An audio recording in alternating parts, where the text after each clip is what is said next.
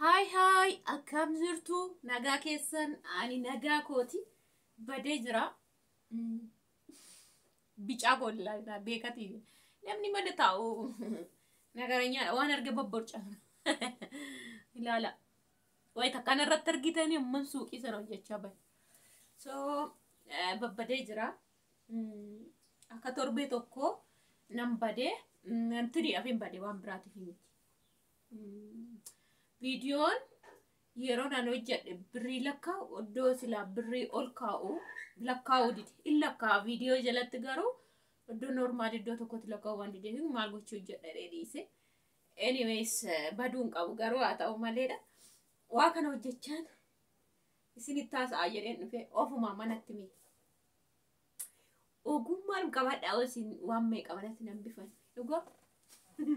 Ogummaa qabannaan Yesuus jedhu warri pheenxee.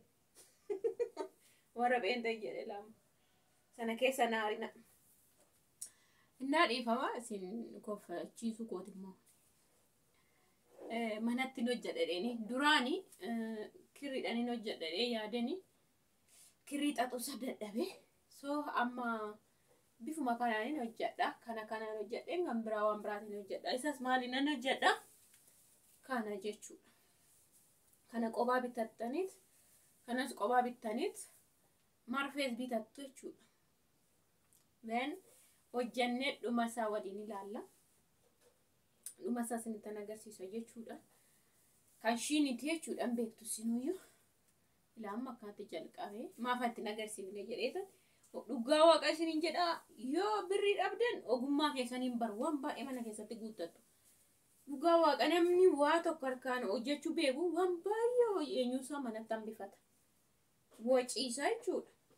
Waan baay'ee salphaan seenan akkaatti isiniin jedhu. So amman hojjedhee fixee isinitti agarsiisa.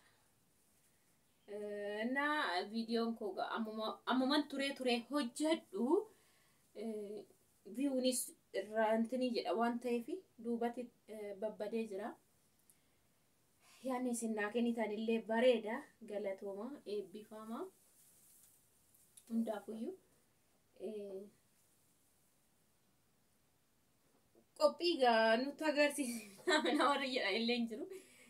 Sa'aatiin qabu waan isaan beeku waaqa viidiyoo waraabannaan jedhu waan sana waan hin hojjedhu viidiyoo waraabaaf jedhee naannan jalqaba jedhu biizin ta'a jechuudha. Yookiin lixaa yookiin gidduudhaan namni dhufaa hojii sana dhaabdaniit innaa sanaan boodammoo in ariifattu jechuudha. Isa dheeni malee waan hin qophaa'e hunduma isaa seettan agarsiisa. Hunduma isaatiiyyuu in turte kan jedhanis hin jiru.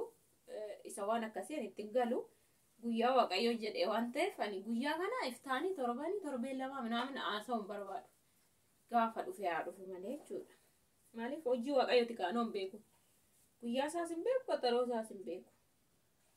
Akka namaatti hin lakkaa'e malee akka isaatti hin beeku waan ta'eef haasa'uu hin jedhu hin barbaadu waa'ee isaati. Inaaf waan ta'eef guyyaa dhufeen simadhaa jechuudha isa kanaa sumaanii. Gaafa ta'e viidiyoo dursee waan fe'oo ta'e daqiiqaa 3 illee haa taatu isiniin waraaba waan ta'e dursee ilaa bilbilii nutti minaan jettanii durseen video isinii hojjedha daqiiqaa 3 illee haa taatu muddama keessa jechuudha. Lammaffaa immoo ijoolleen baay'een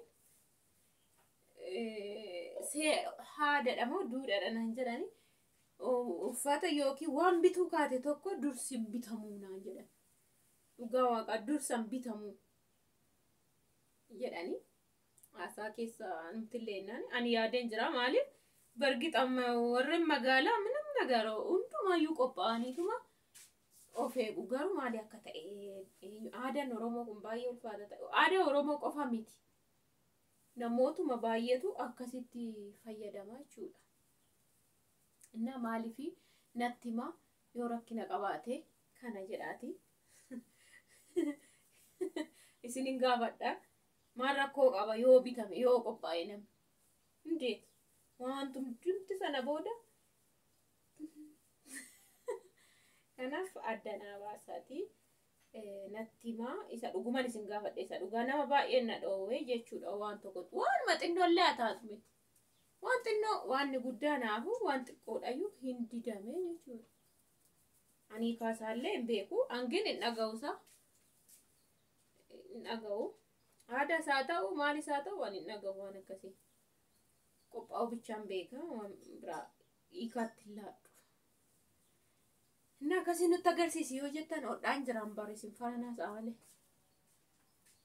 laala marfeetti kirrii gootanii kunu kan jalqabe sana booda karaa jalaatiin sarara laallattanii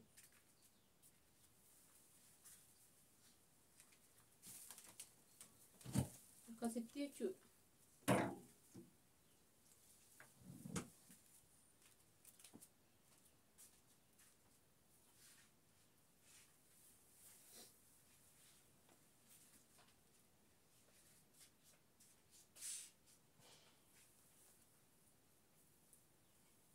Yeroo fixee isinitti agarsiisa dhumaasa. Akkasitti ittuma hodhitu jechuudha. Siqxanii muluutti tonta siqxanii hodhitu. Kirrii immoo itti guduunfitu. Kirrii hojjedheen jira tokko irratti fixuu dadhabnaan dhiise. Jalqabeen dhiise jechuudha. Kirriidhaan kirrii bifa baay'eetiin waliin hojjedha jedhee yaadeen jechuudha.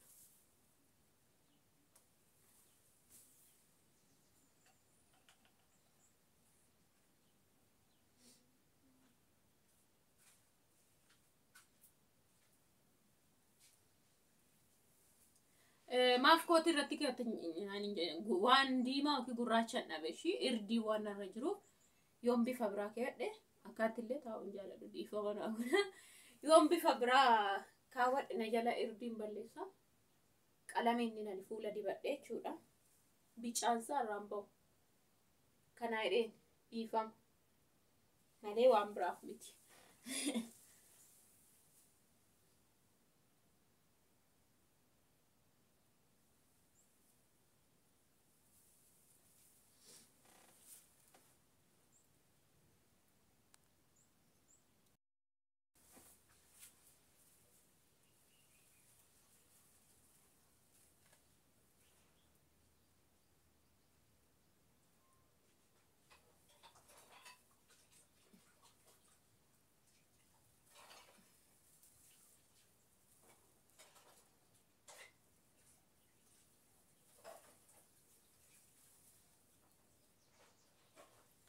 Itti fixuus nan danda'a yookiin amma naan ibsuu dandeessu iddoo duwwaa sana harkabootitti waan ta'eef ana fakkaata rizaltiinsa fuula koos immoo booda sitti agarsiisanii rizaltiisa yesus yeroo taa'an waan argama hojjetan bareeda. Itti fixuun danda'a garuu muluu barbaade ግን iddoo kana eewnu otaa'e maara akka tokko hin qabu baay'ee bareeda gara akkasii like share godhaa live irra booda walaayee nan dhufa live irratti